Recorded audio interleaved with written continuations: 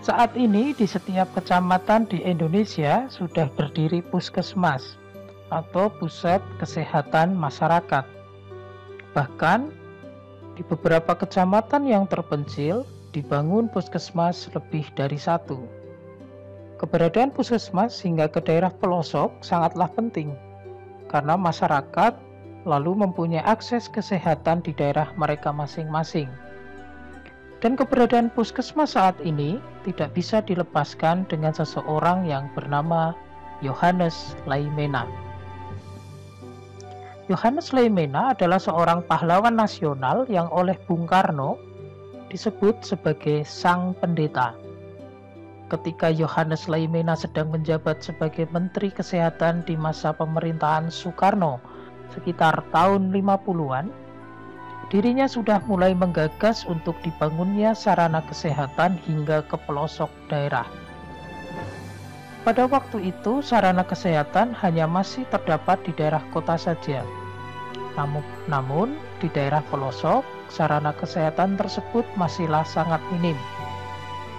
Kecuali di daerah-daerah tertentu yang terdapat klinik kesehatan peninggalan zaman Belanda, yang banyak didirikan di daerah perkebunan atau pabrik-pabrik milik orang Belanda.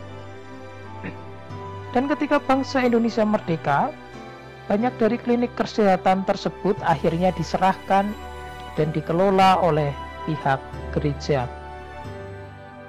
Keberadaan klinik-klinik kesehatan peninggalan zaman Belanda yang dikelola oleh gereja inilah yang lalu menjadi inspirasi Yohanes Laimena untuk mendirikan sarana kesehatan milik negara hingga ke daerah-daerah pelosok.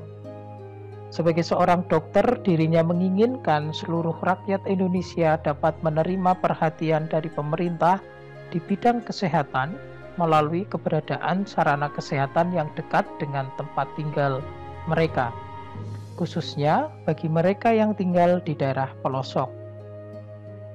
Ide dari Yohanes Laimena inilah yang pada akhirnya menjadi cikal bakal dibangunnya puskesmas di setiap kecamatan di seluruh Indonesia. Sehingga sebenarnya melalui ide dari Yohanes Laimena ini kita bisa melihat bagaimana jasa dari beliau yang sangat berharga bagi bangsa ini. Sehingga melalui jasa-jasanya inilah, maka Yohanes Laimena lalu diangkat sebagai pahlawan nasional dan dijuluki sebagai Bapak Puskesmas. Apa yang dilakukan oleh Yohanes Laimena tentunya adalah sebuah bentuk keteladanan yang baik untuk kita semua. Beliau sebagai seorang pengikut Tuhan Yesus tentunya mengerti betul apa yang menjadi perintah Tuhan di ayat Lukas 4 ayat 18 dan 19 ini. Di tahun 50-an, bidang kesehatan di negara ini belum begitu diperhatikan, sehingga banyak rakyat yang hidup di pelosok daerah menjadi menderita karena akses kesehatan yang belum tersedia.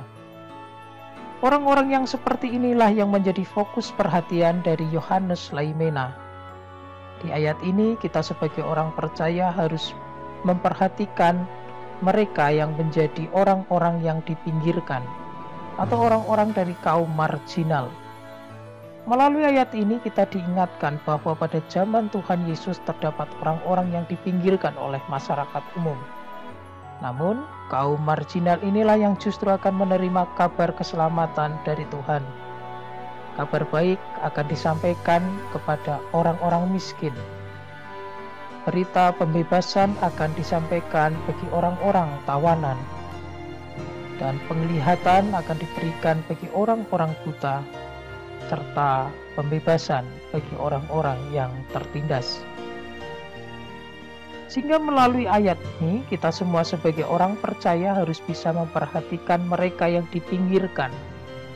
Di sekitar kita masih banyak anak-anak yang terlantar, pengamen anak-anak, para pengemis yang sudah tua, anak yatim piatu yang hidup sendirian, pemulung yang sudah tua renta, orang-orang cacat, dan lain-lainnya.